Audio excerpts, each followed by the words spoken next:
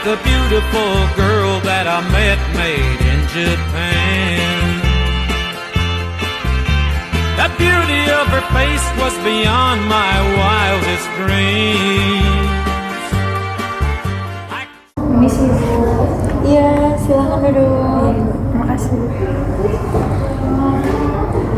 Selamat pagi. Pagi. Dengan siapa di sini kalau boleh tahu? Saya L, Ibu. Oke, panggilannya L. Iya. Berarti saya manggilnya L. Iya. L dari mana ini sebelumnya kalau boleh tahu? Saya itu jurusan atau gimana gitu ya? Atau gimana? Dari mana sebelum kesini? Oh, tadi itu sempat ke kantin sih karena kan aku lagi ada kelas juga hari ini. Jadi sebelum kesini aku kumpul sama temen yang lain ke kantin makan. Berarti L udah makan sekarang? Udah. Oh, alhamdulillah kalau gitu. Berarti ini L lagi mengambil jam istirahat atau memang menyempatkan waktu setelah selesai kegiatan? Memang pas lagi istirahat dan juga nyempetin buat datang ke sini sih Bu, karena kan aku udah sempet ngechat ibu juga kan. Oh iya betul buat betul. konfirmasi misalnya kapan, ternyata ini bisa. Udah aku langsung ke sini aja. Iya, kebetulan saya juga mungkin udah selesai ya aktivitasnya, jadi punya waktu luang yang lumayan banyak lah. Jadi ya di sini saya juga menyiapkan diri saya untuk mendengarkan L untuk bercerita ya. Iya. Kan L juga sempat bilang kalau misal ada hal yang ingin diceritakan, Iya. kurang lebih seperti itu. Iya benar. Oke, berarti sekarang L udah siap atau belum untuk bercerita? Sebenarnya aku tuh tipikal orang yang nggak bisa sembarang cerita gitu sama orang lain, jadi rasa takut dan kurang percaya diri juga sih. Jadi L itu memiliki perasaan yang mungkin dipenuhi rasa takut ya. Iya. Mungkin rasa takutnya itu lebih ke karena mungkin orang baru ya.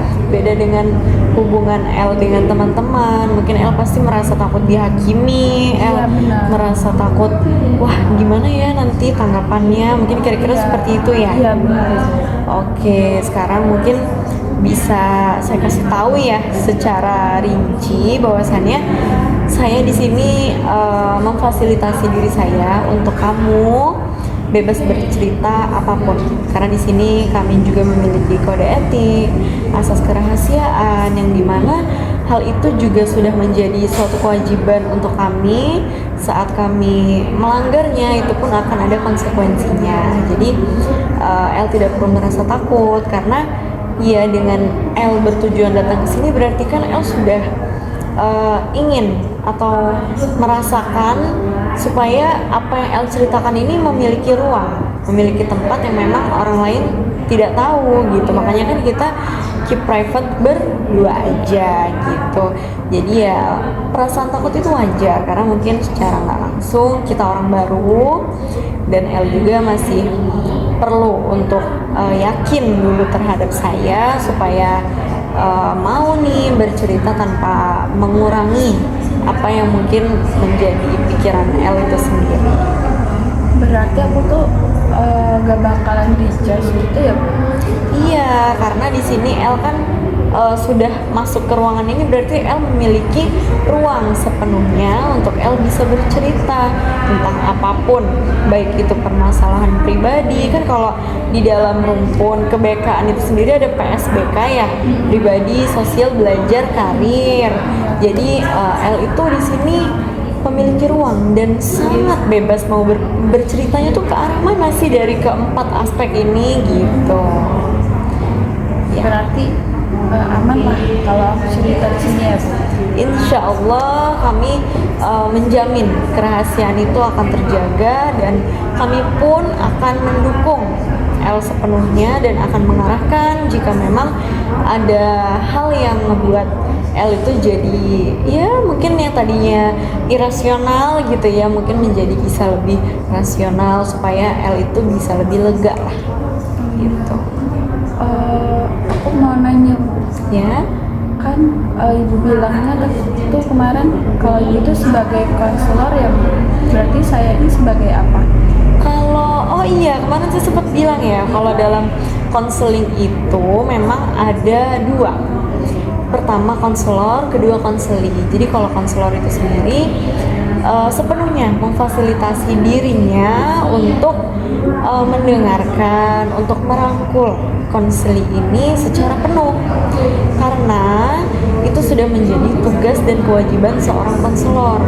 Konselor di sini mungkin mirip-mirip ya dengan psikolog, tapi kita itu memiliki batasan, karena kan kalau konselor itu nggak mengarah ke klinis, tetapi psikolog itu lebih mengarah ke arah klinis gitu. Jadi kita bisa menjangkau psikolog tapi tidak secara penuh, sedangkan psikolog itu bisa menjangkau kamu secara penuh jika memang ada penanganan khusus yang mengharuskan ada kaitannya dengan kesehatan gitu. Jadi kayak ibarat ada tindak lanjut nggak nih gitu setelah ini. Kalau memang dengan sesi konseling bisa ditangani masalahnya, berarti kami anggap itu selesai. Tetapi jika memang mengganggu kejiwaan, itu pasti larinya ke psikolog, karena kami memiliki batasan tersendiri. Penyebutannya sebenarnya cukup sama ya, sama-sama konseli untuk klien gitu. Jadi kurang lebih seperti itu, dan baik itu konselor atau psikolog pun juga akan memfasilitasi dirinya untuk konseli secara penuh. Berarti aku itu bisa disebut konseli. Iya betul. Jadi di sini karena saya adalah konselor, berarti kan saya ini lebih mengarah ke arah kebekaan gitu. Jadi tidak menjangkau ke arah psikolog, akan tetapi akan ada proses di dalamnya gitu untuk membantu El sebagai konseli di sini untuk menyelesaikan masalah atau membuat diri El menjadi punya perasaan yang lebih baik, seperti itu. Kalau boleh aku nanya nih, kalau satu sesi konseling itu memakan waktu berapa lama ya Bu? Oh tergantung. Kalau biasanya sih ya umumnya itu 45 menit. Nah akan tetapi sekarang ini kan lebih mengarah ke permasalahan itu seperti apa. Karena di sini kita harus punya time limit ya, karena hal itu tuh bisa menjadi pendukung kita untuk mengukur bagaimana sih alur pikiran kamu sebagai konseli di sini. Bagaimana juga penanganan ini nih sudah cukup atau belum? Karena kan jika memang di time limit itu El merasa belum cukup, berarti kita ada penanganan tindak lanjut berikutnya dengan time limit juga. Untuk apa?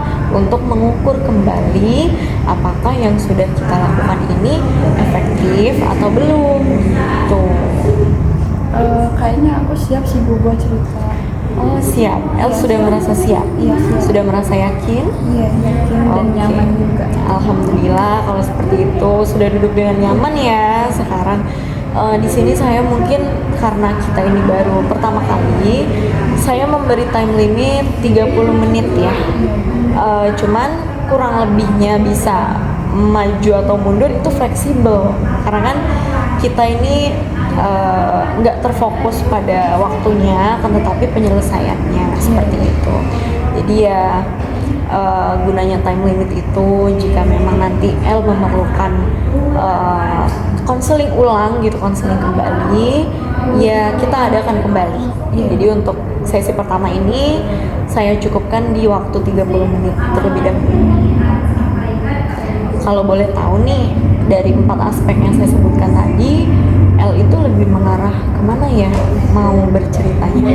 Mungkin yang mau aku ceritain ini lebih ngarah ke pribadi sih kayaknya Bu. Oke, jadi lebih ke pribadi El ya, bukan mengarah ke sosial atau ke belajar gitu. Kalau untuk kuliahnya sekarang aman? Lagi baik-baik saja? Aman, walaupun aku kebetulan semester 4. Di semester 4 ini kan lagi kompleks banget ya Bu. Entah itu dari tugasnya, presentasi dan segala macam, bahkan sampai tulang. Jadi memang benar-benar kita lagi pusing-pusingnya, tapi sejauh ini aman. Untuk dalam segi sosialnya nih, pertemanannya kira-kira seperti apa? Alhamdulillah pertemanan aku dari awal perkuliahan sampai sekarang itu lancar, banyak teman juga dan ya aman sih kok. Ya, intinya lingkungan juga mendukung ya, Iya, dan betul. tidak bermasalah gitu. Jadi mungkin belajar pun tidak terganggu. Iya. Kalau El sendiri kuliahnya ngambil jurusan apa, kan ini ke arah karir juga ya gitu. Iya, aku tuh ini Bu sebenarnya bimbingan dan konseling. Oh, sama ya kurang Iya, lebih ya. iya. Kenapa El tertarik ke arah bimbingan konseling saat itu? Kalau awal-awal tahu sih belum tahu secara umum gitu ya Mbak. Tahunya tuh pengen ngebantu orang aja sih Bu, karena kayak mungkin nanti lulus dari prodi BK ini jadi pekerjaan yang mulia gitu, karena kan jadi guru BK kan, karena kan tahu informasi dari orang juga kalau misalnya dari guru itu pekerjaan yang mulia, jadi pengen banget gitu. Berarti termasuknya karena itu bagian dari keinginan El enjoy ya menjalani Iya, perkuliahan enjoy. ini, makanya bisa terselesaikan satu Iya. persatu, kurang lebih seperti itu ya. Oke, berarti di sini El itu lebih ke arah pribadi. Iya. Kalau boleh tahu permasalahannya itu tuh apa yang ngebuat El tuh jadi menyempatkan nih datang ke sini, berarti kan sudah tidak bisa tertahan ya kurang lebihnya. Kira-kira tentang apa? Sebenarnya sih Bu, akhir-akhir ini kan aku tuh kayak lagi banyak pikiran gitu Bu. Entah dari pikiran dari diri aku sendiri, pikiran dari tugas, dari orang rumah juga, orang tua kan. Iya. Nah, dan itu ngebuat aku jadi susah tidur. Jadinya kalau malam-malam itu aku kayak main HP nih, misalnya jam 10, nanti udah mulai ngantuk kan. Nanti pas udah lepas HP-nya, gak bisa tidur sampai 2 jam, 3 jam. Pada akhirnya aku tuh tidurnya jam 12 malam, jam 1, molor gitu mau tidurnya. Jadi kayak malah kebablasan ya jatuhnya. El itu berarti di sini ngekos. Iya ngekos. Oh ngekos, berarti El sendirian lah di kos ya. Iya, sendirian. Mungkin karena El juga merasa pusing, namanya mungkin tengah malam ya, maksudnya seringkali pikiran kita jadi kemana-mana gitu, pasti yang dipikirin gak cuma satu hal aja yang pada akhirnya ngebuat El jadi susah nih untuk tidur lebih cepat gitu ya, padahal sebenarnya ingin untuk tidur lebih cepat gitu ya. Kan tadi kita sudah bercerita ya tentang apa sih yang mengganggu pikiran kamu, kurang lebihnya adalah pikiran yang muncul saat malam hari yang membuat kamu jadi sulit tidur, padahal kamu sendiri berkeinginan loh untuk tidur cepat, mungkin supaya istirahatnya cukup, kira-kira seperti itu. Saat pikiran, pasti kan pikiran itu nggak melulu datang ya El, maksudnya nggak setiap saat mungkin hal itu muncul dan kamu, atau memang berkelanjutan atau bagaimana? Enggak sih Bu, biasanya pikiran itu tuh muncul pas aku sebelum tidur. Tapi dengan misal nggak setiap hari gitu kan, atau saat-saat tertentu aja? Nggak, mungkin bisa dibilang setiap hari tapi sebelum tidur aja. Oh, jadi memang hal itu sering sekali muncul, tetapi munculnya saat kamu mau tidur, yang dimana kamu mungkin sudah tidak ada aktivitas apapun gitu. Saat pikiran itu datang, biasanya kamu tuh ngapain? Lebih ke maksa tidur sih, karena kan kalau misalnya kalau nggak dipaksain tidur udah bakalan bisa tidur, ternyata ya itu nggak bisa tidur jadinya. Dan hasilnya tetap? Iya, kalau misalnya nggak bisa tidur aku kalau nggak bisa maksain tidur, aku malah main HP, jadinya ya itu molor main HP-nya sampai Kebablasan lah ya, jadi kamu hal itu malah semakin mengganggu kamu karena ya ujung-ujungnya nggak tidur gitu ya. Iya. Kamu pernah ada pikiran yang kayak melawan rasa itu gitu? Iya ada.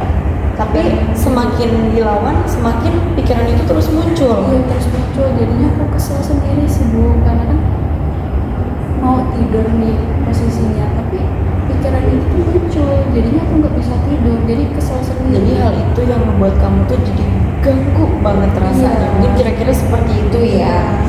Kadang begini deh, kita itu kan punya kendaraan, kita ngerti lah kayak mesin atau sesimpel motor gitu ya, yang mungkin kalau misal kelamaan dipaksa untuk menyala, itu tuh mungkin kayak perumpamaan dia tuh bakal nge-push nih motornya, tapi kan antara motor itu di-push dalam keadaan yang lagi nggak baik-baik aja, otomatis kan motor itu jadi ya rusak ya, maksudnya kayak ngadat atau malah ada problem apa gitu ya. Sama halnya dengan L yang sekarang, mungkin L sering untuk yang kayak ngedistract pikiran gitu ya, aduh jangan mikirin deh, jangan mikir, aku capek, aku pengen tidur gitu ya.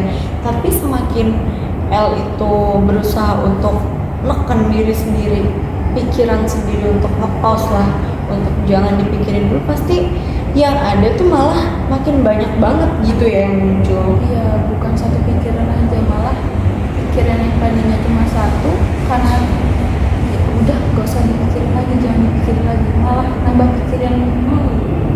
Jadi malah pikiran itu makin beruntun ya, dengan munculnya pikiran yang baru, dan ngebuat kamu malah jadi makin capek, makin gak baik-baik aja juga pasti. Oke, di sini ada ya El, salah satu teori dalam rumpun kebekaan namanya itu mindfulness. Mind itu kan artinya adalah pikiran. Ya. Kurang lebih teori ini tuh mengarah pada pikiran.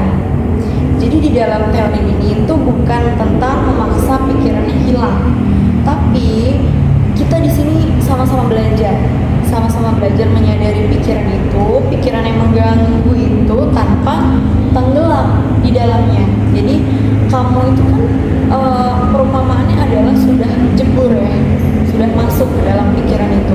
Pikiran itu pun sudah masuk ke dalam diri kamu, yang dimana diri kamu pun akan terpengaruh. Tetapi dengan mindfulness ini kita akan pahami, kita akan sadari pikiran mana sih yang bisa kamu kelola, sehingga sikap kamu dan keadaan kamu itu tidak hanyut terbawa. Karena kalau kamu sampai ke bawah, kamu pun gak akan dapet atensi saat kamu pertama kurang tidur, kedua terlalu fokus memikirkan hal-hal yang mungkin ada loh hal lain yang perlu kamu pikirin untuk selesai saat itu juga, contohnya akademik. Sedangkan yang muncul dalam pikiran kamu itu semuanya, jadi kan nggak tahu nih harus mana duluan ya kamu selesaiin, itu yang harus kamu manage. Karena kalau kamu nggak bisa untuk menyelesaikannya, otomatis ya kamu akan hanyut, kamu akan bingung, nggak tahu mana duluan yang harus kamu pikirin, mana duluan yang harus kamu selesaikan. Jadi di sini mindfulness itu teknik L, sebuah teknik yang mungkin saya akan meminta kamu ya, jatuhnya itu seperti terapi ya, tetapi bukan terapi yang gimana nih gitu, maksudnya hanya relaksasi aja gitu, supaya kamu tuh bisa memberikan afirmasi positif ke pikiran kamu, supaya kamu tuh bisa mengelola itu, mengelola pikiran itu. Oke, sekarang boleh nggak untuk duduk dengan nyaman terlebih dahulu? Berarti aku boleh agak sambil. Boleh, silahkan. Mejanya mungkin boleh agak dikedepanin juga nggak apa-apa, supaya nggak mengganggu El. Sekarang coba tarik napas perlahan lewat hidung, lalu hembuskan perlahan, pelan-pelan. Mari kita mulai ya. Pertama, tarik napas perlahan lewat hidung, lalu hembuskan perlahan. Sekali lagi, tarik napas perlahan dan hembuskan perlahan. Coba sekarang fokus ke napasmu saja. Kalau ada pikiran yang tiba-tiba datang, gak apa-apa, cukup sadari, lalu kembali ke nafas. Tarik nafas, hembuskan. Biarkan pikiran itu mungkin muncul seperti datang dan pergi, tetapi tetap rileks dengan nafasmu saja. Bagus. Napasnya mungkin bisa lebih dikelola supaya L itu bisa menyiapkan tubuh L gitu. Lumayan agak tenang.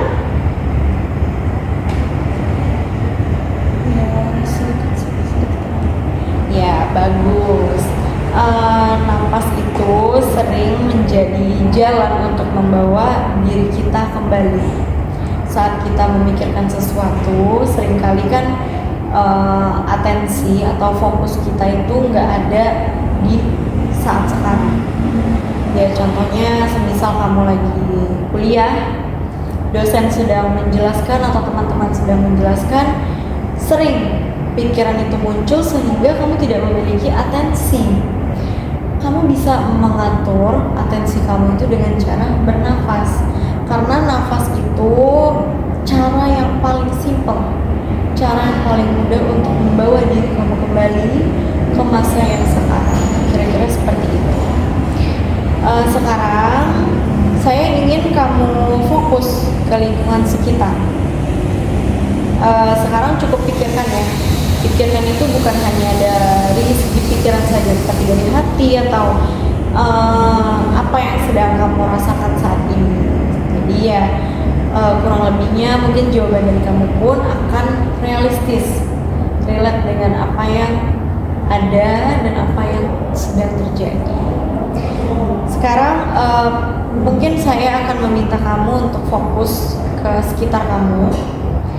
5 benda yang kamu lihat Di sekitar ini ya, di sekitaran kita. Yang pertama tas, Ya. yang kedua kursi, 3 mungkin handphone, yang keempat papan tulis, dan yang kelima Oke, bagus. Sekarang saya minta 4 hal yang bisa kamu rasakan lewat sentuhan yang ada di sekitar kamu. tangan bisa nggak? Yang penting bisa disentuh dan kamu rasakan nih. Jam, Ya, baju, ya. rok. Oke, sekarang lanjut ya. Saya minta 3 suara yang kamu dengar yang ada di sekitar kita. Yang pertama pasti suara dari ibu. Iya. Yang kedua suara motor yang lewat. Suara motor yang lewat. Suara orang di luar. Suara orang di luar. Oke, mungkin karena di sini mungkin rame ya, jadi fokus kamu juga ya, berarti kamu paham gitu kalau misal di sini itu nggak cuma kita gitu, sehingga jawaban kamu untuk yang saya minta fokus tadi sudah sesuai, karena berarti kan kamu sudah memiliki fokus sesuai dengan pertanyaan yang saya tanyakan dan pernyataan yang saya suruh, seperti itu. Tujuan latihan ini mungkin simple ya, jadi supaya pikiran kamu itu kembali, atensi kamu itu tuh ada di diri kamu yang sekarang. Karena saat mungkin kita melakukan sesi konseling dan atensi atau pikiran kamu nggak berada di sini, hal itu akan menjadi penghambat untuk efektif kita dalam melakukan sesi konseling, terutama konseling individu. Karena kan di sini tujuannya adalah membantu kamu untuk mengelola pikiran. Jadi di sini ya pikiran kamu lah yang kita ajak bermain. Kira-kira seperti itu. Jadi bukan terus-terusan untuk kamu itu overthinking, kamu itu terus-terusan kepikiran di waktu yang mungkin gak sekarang loh. Mungkin pikiran kamu yang muncul itu bukan berarti ya pikiran yang gak ada gitu loh di dalam diri kamu yang sekarang. Mungkin ada, tetapi kan kecampur dengan pikiran yang mungkin wah besok udah kamu pikirin nih tentang apa gitu ya, atau kemarin kamu habis ngelakuin apa. Nah itu yang membuat kamu jadi nggak memiliki fokus, yang membuat kamu jadi sulit tidur salah satunya. Berarti dengan tes yang mungkin saya tes simple ya yang saya suruh kamu tadi itu tujuannya adalah mengembalikan fokusnya kamu. Alhamdulillah, berarti kan keberadaan kamu sekarang itu jiwa raganya juga beserta pikirannya. Jadi ya di situ bisa kita lanjut ya. Sekarang coba kamu perhatikan pikiran yang muncul. Pikiran yang muncul yang paling sering muncul malam hari saat kamu tuh benar-benar yang aduh lagi-lagi nggak tidur gitu, lagi-lagi kebablasan, itu kira-kira tentang apa ya? Mungkin tentang kedepannya sih, kayak besok aku masih bisa nggak ya, besok aku bisa sukses nggak ya nantinya. Oke, jadi di sini pikiran kamu itu mengarah kepada overthinking di masa depan. Di sini mungkin bisa dibilang kamu itu memiliki rasa takut akan langkah yang mungkin belum kamu capai, belum kamu lakukan. Hal itu kalau misal nggak kamu kelola, mungkin akan menghambat aktivitas dan kegiatan kamu saat ini. Karena jika kamu itu benar-benar kamu sekarang sedang mungkin fokusnya lebih ke tugas, tetapi overthinking kamu itu sudah mengarah ke 4 tahun yang akan datang. Hal itu akan menjadi penghambat karena gini, kalau kamu nggak memikirkan saat yang sekarang dan kamu memikirkan yang 4 tahun yang akan datang, kamu tuh jatuhnya pengen cepet sampainya ke 4 tahun itu karena kamu dipenuhi rasa takut. Jadi nggak melulu rasa takut itu bisa terus kamu iyain. Jadi harus kamu manage dengan kamu mengembalikan fokus, dengan kamu memberikan afirmasi positif terhadap pikiran kamu untuk berada di pikiran yang sekarang. Jadi sekarang cukup lewati anak tangganya itu satu persatu saja. Tidak perlu kamu melangkah bisa 5 anak tangga. Takutnya rasa takut itulah yang membuat kamu jadi jatuh. Jadi ya sebisa mungkin kamu manage itu untuk kamu tuh bisa melangkah kecil-kecil. Anak tangga itu kamu lewati satu persatu tanpa kamu, mungkin perasaan takut itu akan terus ada ya. Kalau kamu nggak memiliki rasa takut, berarti kamu tidak memiliki keinginan untuk menjadi lebih baik. Saat rasa takut itu masih muncul, berarti keinginan kamu menjadi lebih baik itu masih terus ada. Jadi hal itulah yang membuat kamu bisa lebih menghandle pikiran dan bisa menyelesaikan apa yang menjadi aktivitas satu persatu, sehingga kamu tidak overthinking dan bisa lah untuk tidur gitu ya, walaupun rasa takut itu pasti akan terus ada. Di sini biasanya pikiran itu tuh berbunyinya seperti apa sih? Rasa takut yang kamu hadapi sehingga kamu tuh kayak nggak bisa tidur. Omongan ke diri sendiri gitu. Iya, kayak bisikan-bisikan apa sih yang membuat kamu tuh jadi kayak makin overthinking gitu. Yang pastinya sih lebih ke harapan ke depannya ya, Bu. Kayak nanti kamu bisa nggak. Oh, jadi bisikannya tuh spesifik langsung nembak gitu aja ya ke diri sendiri ya, sehingga kamu ngerasa terpressure pasti. Kira-kira seperti itu. Iya, dari 3 kata itu tuh kayak udah mencakup semuanya gitu, Bu. Jadinya kayak aku takut. Jadi kayak 3 kata itu sudah mencakup banyak hal sehingga rasa takutnya itu bermunculan. Jadinya kamu jadi lompat nih ke masa yang akan datang, bukan masa sekarang. Karena 3 kata itulah yang membuat kamu jadi punya pressure yang lebih dalam lagi. Kira-kira seperti itu. Sekarang kita coba ubah ya. Maksudnya coba ubah cara melihatnya. Kamu tadi menyebutkan pikiran itu berbunyi, kamu bisa nggak, gitu kan? Berarti kan kata-kata itu menuju bahwasannya kamu itu akan gagal. Kata-kata itu tuh menembak kamu seolah-olah kamu tuh nggak mampu loh. Kamu tuh nggak bisa loh. Iya. Dan itu kan yang membuat kamu makin memiliki punya banyak rasa takut, padahal kamu belum mencoba. Nah, sekarang yang perlu kita ubah adalah cara pandangnya.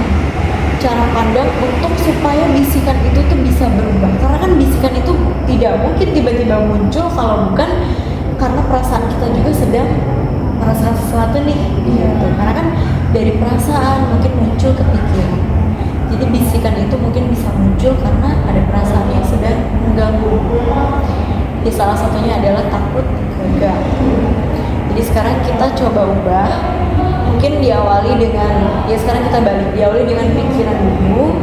Dari pikiran itu yang terus menerus akan berubah menjadi afirmasi positif, akan menuju ke perasaan, supaya perasaan kamu bisa lebih tenang nantinya. Jadi di sini yang akan kita ubah itu bukan tentang pikiran yang kamu bisa nggak, karena kan itu akan menjalar tentang aku pasti gagal, ya kan? Salah satunya adalah kamu tuh sama aja ngomong ke diri sendiri aku pasti gagal, karena kamu menembak diri sendiri itu dengan bisikan ya kamu bisa nggak gitu. Jadi sekarang kita ubah lebih ke saat ini pikiran itu tuh pasti ada bahwa kamu akan gagal ya, atau aku akan gagal gitu. Tetapi aku akan bisa melakukan itu dan melewati anak tangganya satu persatu. Jadi kamu tidak perlu memiliki rasa takut yang mungkin berlebihan. Jadi kamu pikiran rasa takut gagal itu pasti akan terus mengiringi kamu. Tapi dari takut gagal itu kamu tambahkan sedikit, aku bisa melewatinya, walaupun harus satu persatu atau walaupun harus jatuh dulu. Karena hal itulah yang akan membangun diri dan perasaan. Kalau kamu hanya spesifik dan menjorok tentang gagalnya tanpa ada tambahan hal positif, kamu akan terprovokasi. Kamu akan terus memikirkan hal negatif itu sehingga diri kamu menjadi terkendali dengan hal negatif itu. Kira-kira seperti itu.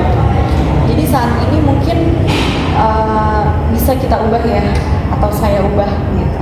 Saya ubah, kalau enggak gini deh, coba kamu ikutin yang saya ucapkan sebanyak 3 kali dalam jeda waktu 5 detik.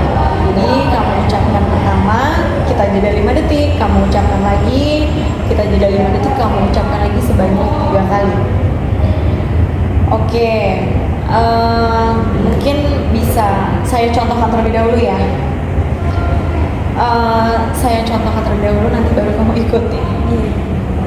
Ucapannya itu adalah pikiran saya pasti ada, tetapi saya akan bisa melewati anak tangganya satu persatu.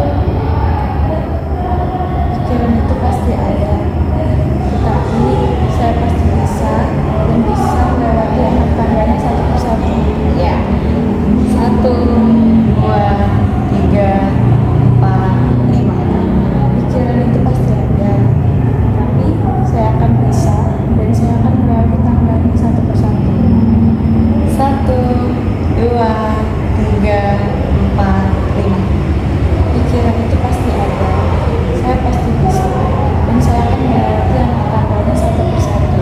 Oke, bagus. Berarti kan hal itu tuh campur ya, El ya. Kayak tentang pikiran itu tuh pasti akan terus ada. Karena ya El mungkin di sini masih berproses.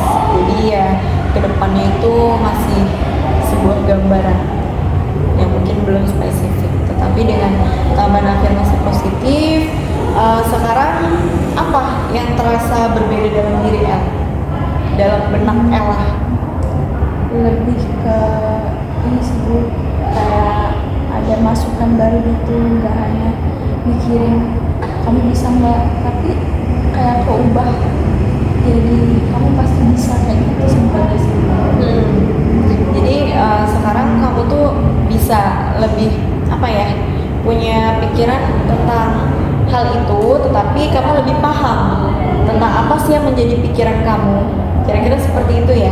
Karena kan selama ini mungkin kamu merasa takutnya itu lebih kayak karena nggak ada afirmasi positif gitu. Karena sekarang kamu itu tidak menyatu dengan pikiran negatif itu, ya kan? Jadi kamu itu bisa lebih mengamati apa yang menjadi rasa takutmu. Ditambah sudah mungkin kita coba untuk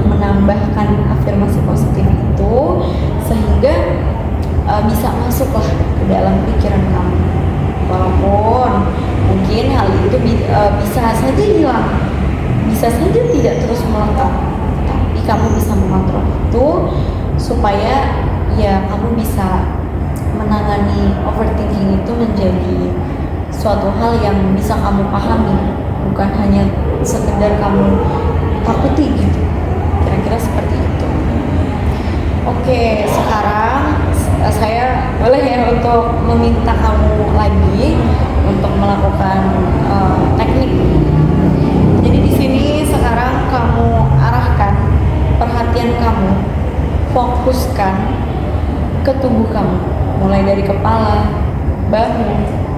Kira-kira dari badan kamu yang kamu rasakan ini nih, apa sih bagian mana yang buat kamu tuh ngerasa kayak tegang, sesak, atau kayak berat gitu untuk kamu pikul atau yang sedang kamu rasakan? Bagian dari kepala sampai dada sih. Jadi kepala, pundak sampai dada. Oke, berarti di sini kalau boleh tahu kamu ini anak keberapa ya? Anak keberapa? Anak pertama ya. Oh gitu, kamu anak pertama. Sebenarnya hal yang wajar ya, El ya, karena mungkin yang kamu pikul walaupun itu nggak terlihat, tetapi kan bisa dirasakan. Hal itu yang mungkin membuat kamu memiliki overthinking yang akhirnya beratnya itu bukan hanya di kepala, tapi menjalar kemana-mana. Kira-kira seperti itu ya. Oke, sadari saja tanpa dipaksa untuk hilang. Sekarang tarik nafas perlahan, lalu bayangkan ketegangan itu yang berat ini sedikit mereda atau melunak saat kamu menghembuskannya. Jadi kamu boleh untuk tarik nafas sedalam-dalamnya, boleh kamu mengangkat bahu kamu yang berat ini, lalu kamu hembuskan perlahan dengan mengeluarkan semua yang kamu pikul satu persatu secara perlahan. Oke, mungkin bisa kita mulai sekarang. Saya bantu untuk tuntun ya. Relax, El boleh relax. Tarik napas yang dalam. Angkat semua beban. Hembuskan secara perlahan yang ada dalam pikiran, bahu, atau dada yang terasa sesak. Lakukan sekali lagi, tarik nafas, hembuskan, mengalir bersama beban yang telah kamu pikul. Sekali lagi, tarik nafas, hembuskan pelan-pelan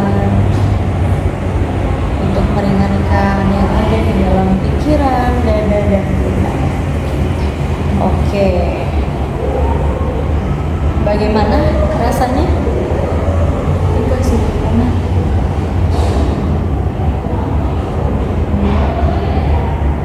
Oke. pas aku naik nafas tuh kayak enggak sih. Kayak bercampur ya, mungkin kira-kira seperti itu. Jadi sekarang gimana nih perasaannya, sudah menjadi lebih ringan? Sudah seperti ada yang keluar? Kira-kira seperti itu ya. Oke, kadang El, kita itu terlalu sibuk melawan rasa cemas dalam diri kita, sehingga kita itu lupa sama diri kita sendiri, sama emosi kita sendiri. Sebenarnya rasa cemas itu atau emosi yang muncul itu hanya tentang kita itu perlu didengar, ya kan? Kita itu hanya perlu dipahami tanpa orang tuh melakukan apapun untuk kita. Karena kan sebenarnya dengan anak pertama pun itu udah mandiri ya, kita apa-apa sendiri, dituntut pun juga bisa melakukan semuanya sendiri, dan tanpa orang lain pun mungkin anak pertama itu akan bisa berjalan sendiri. Tetapi yang paling dibutuhkan itu adalah didengar, dipahami, dan bukan malah dihakimi. Karena kan anak pertama itu biasanya sudah memiliki arah ya, maksudnya karena sebuah tuntutan sehingga berubah menjadi keteguhan, ketegaran dalam prinsip, dan kekuatan dalam dirinya sendiri. Tetapi seringkali mungkin anak pertama itu jarang didengar, jarang dipahami, hanya dituntut untuk memaklumi. Mungkin hal itu yang membuat El jadi merasa berat dipikul sendirian.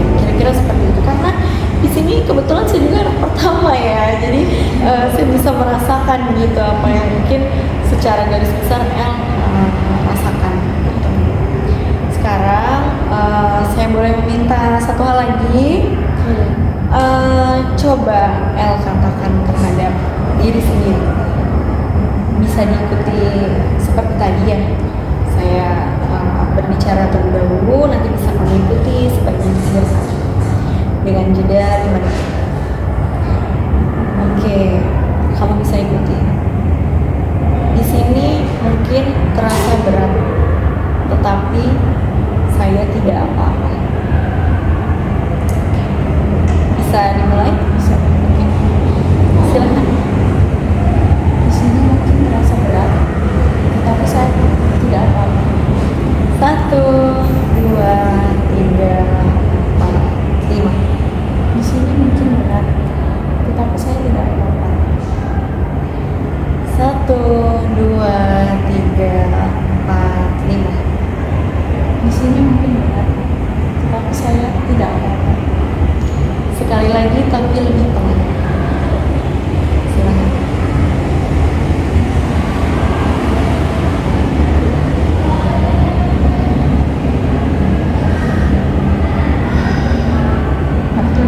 Nggak apa-apa, nggak apa-apa. Kalau mau nangis juga nggak apa-apa, silakan sih. Lebih pelan. Di sini mungkin berat, tetapi saya tidak apa-apa. Ya, silakan menangis dulu boleh. Boleh, tidak apa-apa tidak apa-apa, kan di sini ruang dan tempat kamu untuk bercerita ya. Bisa nangis dulu, boleh nangis dulu. Iya, nggak apa-apa, nggak apa-apa. Duh, maaf ya, saya lagi nggak ada tisu. Oke, sudah selesai, udah nangisnya sudah lebih lega. Iya, karena tubuh itu El mungkin seringkali nggak kamu sadari ya, kayak lagi perang.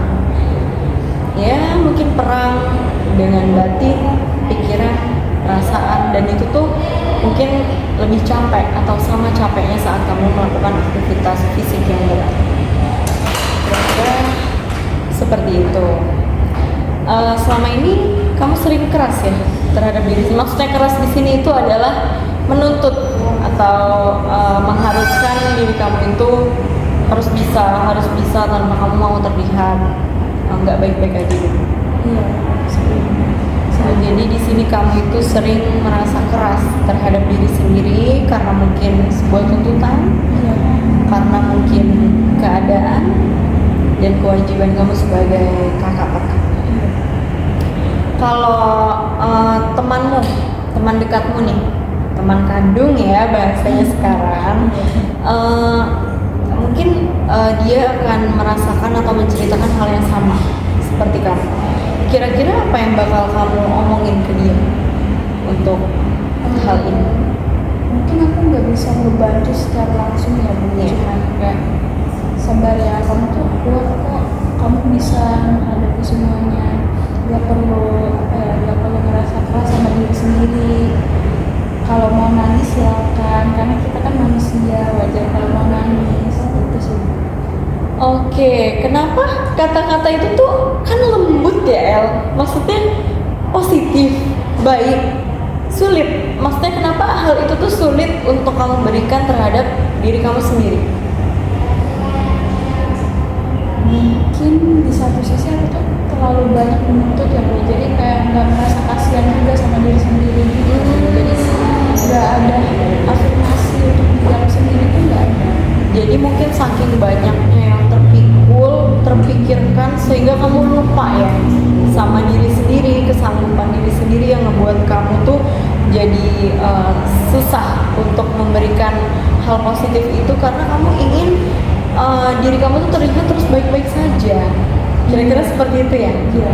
Oke, sekarang mungkin bisa kamu ubah ya cara kamu berpikir, karena sebaik-baiknya kita mengerti orang lain itu lebih diutamakan dan lebih baik itu berawal dari diri sendiri terlebih dahulu. Karena saat diri kita, karena gini ya El, kalau kita sampai lupa diri, kita lupa dengan diri kita sendiri, kita nggak self love lah bahasanya ya, kita itu bakal terus ngerasa berkompetisi dengan banyak orang, sehingga tuntutan itu semakin besar, tuntutan itu semakin mencekam ke diri kamu, sehingga kamu makin nggak sadar kamu bakal terus memberikan hal negatif, bukan negatif sih, lebih kayak tekanan-tekanan yang membuat kamu tuh jadi gak baik-baik aja, semakin berat, semakin sulit, semakin juga keganggu banyak hal. Bisa menjalar tuh, bukan hanya tentang tidur, bisa saja tentang aktivitas. Jadi kamu bisa lah memposisikan diri itu, anggaplah diri kamu ini sebagai teman, karena teman terbaik kita itu sebenarnya diri kita sendiri. Kamu bercermin, kamu berbicara, di depan cermin itu hanya ada kamu, dan jiwa raga kamu ini sepenuhnya milik kamu. Maka dari itu jadikanlah jiwa raga kamu ini teman yang selalu berdampingan, sehingga kamu bisa ingat bahwasanya ia memposisikan diri, kamu bisa menjadi diri sendiri, kamu juga bisa menjadi teman yang mungkin bisa memberikan afirmasi positif itu. Kira-kira seperti itu ya.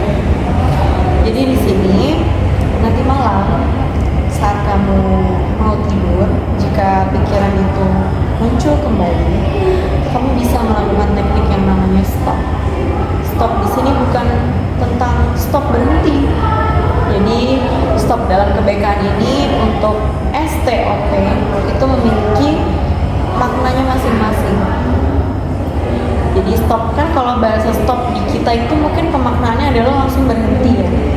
Stop di sini memiliki makna satu persatu ya. Jadi S di sini itu adalah stop yang benar-benar berhenti. Maknanya kamu bisa berhenti sejenak untuk meninggalkan semua aktivitas, fokus terhadap diri sendiri, walaupun sunyi karena kamu sendiri yang jadi kos. Tidak apa-apa, yang penting kamu tidak melakukan aktivitas apapun. Selanjutnya huruf T. T di sini artinya take a breath. Artinya adalah tarik nafas perlahan, pelan-pelan, tanpa kamu pasti bising di dalam kekosongan itu pasti bising karena pikiran kamu terus jalan. Tetapi dari nafas kamu itu rasakan yang namanya kesunyian supaya kamu bisa merasa lebih tenang. Tarik nafas yang dalam secara perlahan. Selanjutnya huruf O di sini adalah observe. Artinya adalah sadari pikiran, kontrol emosi. Setelah itu kamu tuh handle tubuh kamu. Saat tubuh kamu mau melakukan pergerakan lain selain fokusmu, ubah dia, tahan dia untuk stop gitu, untuk berhenti sejenak melakukan apapun, aktivitas apapun. Selanjutnya di sini adalah huruf P. Artinya adalah proses. Proses di sini ya, kamu mengertilah arti proses di sini adalah lanjutkan dengan lebih tenang. Jadi kamu bisa melakukan teknik yang atau afirmasi positif tadi secara berkelanjutan, tapi dengan tenang, secara perlahan. Kira-kira seperti itu. Dari semua latihan tadi kamu bisa nggak, maksudnya pilih, kan banyak ya dari afirmasi positif, terus kita melakukan teknik gerak pernafasan, terus kamu juga tadi mungkin sempat terbawa emosi ya sampai menangis gitu. Itu mana yang membuat kamu tuh jadi kayak merasa lega, terbantu, atau merasa sadar terhadap diri? Ada dua sebenarnya. Yang pertama itu ada yang pernafasan tadi, karena membuat aku lega sebetulnya, kayak merasa ada yang masuk, udara masuk, sehingga kita jadi mereda bawaannya. Terus yang kedua itu yang hilangin beban dari kepala, terus pundak, ini kita dulu. Jadi itu yang kena banget lah ya di kamu. Jadi itu yang membuat kamu jadi mungkin merasa lebih rileks dan sadar kalau ternyata tubuh kita itu bukan semata-mata bisa seperti mesin yang terus menyala. Di bisa terus di-push dalam arti tidak ada jeda. Berarti di sini kamu sudah paham bahwasanya diri kamu tuh memiliki kapasitas loh. Dan gak seharusnya kamu juga melampaui batas kapasitas diri kamu itu. Kira-kira seperti itu. Oke, ternyata kamu sadar kan semakin dipaksa itu akan semakin melelahkan. Jadi di sini kamu bisa atau kamu boleh untuk melaksanakan atau melakukan sesuatu tanpa adanya paksaan apapun. Walaupun banyaknya tuntutan dari kanan kiri, terutama orang tua atau pihak luar yang ada di sekitar kamu, tetap kamu jalan, tetap kamu pikirin, tetap kamu lakukan. Akan tetapi saat kamu merasa diri kamu gak kuat, juga jangan dipaksa. Ya, karena anak pertama itu kan tanggung jawabnya bukan cuma tentang dirinya, bukan tentang hidupnya, tapi kebahagiaan banyak orang. Jadi hal itu yang membuat kamu jadi harus bisa lebih manage kan, supaya ada loh yang menghargai diri kamu. Ya siapa? Diri kamu sendiri. Jadi kita tidak boleh semata-mata berharap dengan orang lain, karena kita nggak akan ngerasa puas, kita nggak akan ngerasa cukup, karena orang lain itu kan bukan kita. Sepaham apapun orang lain mengerti kita, itu lebih paham diri kita sendiri, karena kita satu, jiwa raga kita menjadi satu, sehingga yang butuh diandalkan sekarang adalah kamu. Seperti itu. Oke, hari ini kamu sudah mencoba banyak hal ya, termasuknya juga mungkin kamu menyadari kamu juga butuh yang namanya keberanian untuk lebih tegas terhadap diri sendiri. Bukan semata-mata cuma tentang mau menghandle tapi nggak berani. Jadi di sini harus berani dulu, berani dengan konsekuensinya, berani untuk menyadari bahwasanya diri kamu juga pantas untuk dihargai, didengar, dan ya juga kamu juga pantas untuk ngomong kalau kamu juga lagi capek gitu. Jadi sekarang kalau bisa tanpa adanya paksaan apapun lagi ya, sekalipun memang kodratnya adalah kamu anak pertama, tapi sekali lagi kamu itu perempuan yang memang naluriahnya itu kuat tapi lemah, kira-kira seperti itu. Oke, untuk beberapa hari ke depan mungkin El bisa latihan kecil ya, secara mandiri sebelum tidur seperti yang kita lakukan pada hari ini. Nggak apa-apa untuk nggak langsung berhasil, itu nggak apa-apa. Yang namanya proses itu kan nggak melulu sempurna. Yang namanya proses itu kan juga nggak selalu efektif. Saat El gagal, ya sudah, tenang, elus dada, tarik nafas yang dalam, berhenti sejenak ya. Lakukan apa yang sudah kita lakukan tadi secara berulang sampai El menemukan titik tenang El sendiri, relax El sendiri. Karena saat El sudah relax, yang El jalani pun akan merasa lebih ringan, tidak berat, dan mungkin tidur pun insya Allah akan lebih nyenyak lagi. Seperti itu. Oke, mungkin ini sudah 30 menit lebih ya gitu. Mungkin batas limit ya, maksudnya kita sudah mencapai batas limit kita. Tapi kalau memang nanti El ngerasa belum selesai atau pengen nih live update ya bahasanya tuh sekarang ke saya, mau apa nih, kayak El mau ngomong tadi saya udah ini Bu, saya bisa ini Bu gitu ya, nggak apa-apa. El mungkin bisa hubungi saya lagi ya untuk melakukan konseling tindak lanjut. Mungkin nanti kita time limit lagi supaya saya bisa lihat sampai mana El itu udah bisa untuk menghargai diri sendiri, untuk merasa lebih tenang dan efektif nggak merubah insom El itu yang tadinya sulit tidur menjadi bisa tidur. Oke, masih cukup kan ya. Saya makasih banget loh El, maksudnya sudah menyempatkan waktunya kesini, dan El juga mungkin sudah mau melakukan teknik sesuai arahan saya gitu ya. Sampai tadi terbawa emosi, menangis gitu, nggak apa-apa. Karena ruang BK ini kan bebas ya El, maksudnya El itu diterima apa adanya kok, nggak akan dihakimi. Jadi saat El menangis pun juga tidak akan ada yang menahan, justru harus dikeluarkan sampai El merasa lega. Seperti itu. Aku juga mau mengucapkan terima kasih sama Ibu karena udah menyediakan